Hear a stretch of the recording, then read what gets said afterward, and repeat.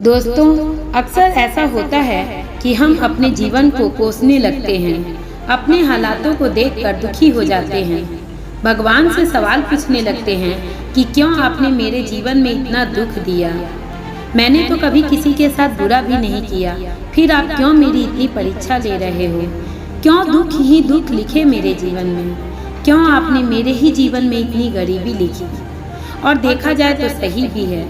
आखिर क्यों एक तरफ एक बच्चे का जन्म राजघराने में होता है और ठीक उसी पल एक बच्चे का जन्म गरीब की झोपड़ी में होता है। भगवान तो माता पिता हैं हमारे, तो क्या माता पिता भी कभी अपने बच्चों के साथ भेदभाव करते हैं? नहीं, माता पिता कभी भेदभाव नहीं करते। ये सब तो हमारे कर्मों का फल होता है। भगवान का हिसाब तो सीधा है, अच्छे कर्म करोगे तो अच्छे फल मिलेंगे और बुरे कर्म करोगे तो बुरे फल मिलेंगे, पर मिलेंगे जरूर। हाँ, ये भी है कि जरूरी नहीं कि हमारे कर्मों के फल हमें इसी जन्म में मिल जाए। इसी बात को समझने के लिए आज एक कहानी कहती हूँ। बहुत समय पहले की बात है। एक राजा ने अपने इकलौते बेटे की शादी बड़ी ही धूमधाम से की। शादी के दूसरे दिन राजकुमार अपने कमरे में सो रहा था, पर राजकुमारी को नींद नहीं आ रही थी। उसे अपने घर वालों की याद आ रही थी।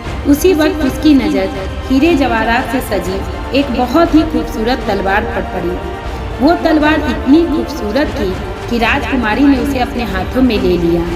पर जैसे ही उसने उस तलवार को म्यान से बाहर निकाला, उस तलवार की धार की रोशनी इतनी तेज थी कि वो घबरा गई और तलवार उसके हाथों से छूट गई और सीधा जाकर राजकुमार के गर्दन पर गिरी, जिससे उसी वक्त राजकुमार की मृत्यु हो गई। राजकुमारी को कुछ समझ नहीं आ रहा था कि ये क्या हो गया। एक तो राजकुमार की मृत्यु का दुख, वहीं दूसरी तरफ कौन मानेगा कि ये सब उसने जानबूझकर नहीं किया। राजा तो सीधा उसे फांसी की सजा दे देंगे। अभी वो ये सब सोच ही रही थी, तभी उसने देखा राजपुरोहित उसके कमरे की तरफ से जा रहे हैं। बस फिर क्या था, उसने जोर जोर से रोना और चिल्लाना शुरू कर दिया। राजपुरोहित ने राजकुमार की जान ले ली। राजपुरोहित ने मेरे पति को मार दिया। राजपुरोहित को बंदी बना लिया गया। राजपुरोहित तो समझ ही नहीं पा रहे थे कि आखिर ये क्या हो रहा है। राजकुमारी ने आखिर राजकुमार को क्यों मारा, और फिर मारा भी तो मुझ पर इल्जाम क्यों लगाया। जब राजपुरोहित को फांसी पर चढ़ाया जाने लगा तो उनसे उनकी अंतिम इच्छा पूछी गई। राजपुरोहित ने मृत्यु से पहले अपने गुरु से मिलने की इच्छा जताई। जब राजपुरोहित अपने गुरु के आश्रम आए तो आश्चर्यचकित रह गए, क्योंकि गुरु की जो पत्नी थी वो उनके गुरु को बहुत ही भद्दे और कड़वे शब्द बोल रही थी, जो असहनीय थे। पर गुरु बिल्कुल मौन थे।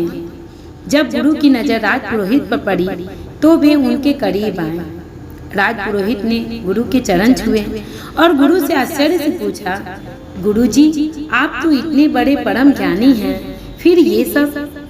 गुरु ने मुस्कुराते हुए कहा कि हमारे बुरे कर्म हमारा पीछा नहीं छोड़ते। बुरे कर्मों का फल हमें सूद सहित मिलता है। कर्मों की चक्की धीरे जरूर चलती है, पर पिसती बहुत बारीक है। ये मेरे पिछले जन्म के बुरे कर्मों का फल है जो मुझे इस जन्म में मिल रहा है। पिछले जन्म में मेरी पत्नी एक गाय थी और मैं एक कौवा।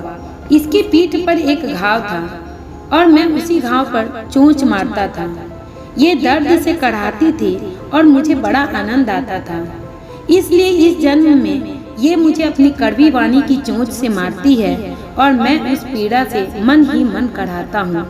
उस वक्त ये एक गाय थी तो कुछ बोलती नहीं थी, और अभी मैं एक ज्ञानी हूँ तो कुछ बोलता नहीं। खैर, कर्मों का ही खेल है जो तू आज निर्दोष होकर भी फांसी के फंदे पर चढ़ने जा रहा है। मैं जानता हूँ कि तू यहाँ इन्हीं सवालों का जवाब ढूंढने आया है। तो सुन, पिछले जन्म में तू एक ऋषि था और ये राजकुमारी एक बहुत ही खूबसूरत हिरनी थी। राजकुमार जिसकी मृत्यु हुई पिछले जन्म में एक राजा था, और वही राजा एक दिन शिकार पर निकला और इस हिरनी को देखते ही उसका शिकार करने उसके पीछे भागा। वो हिरनी भागते भागते तेरे पास आई, जहाँ तू पेड़ के नीचे बैठकर साधना कर रहा था। उसने तेरी तरफ दया की दृष्टि से देखा और फिर पेड़ के पीछे छिप गई।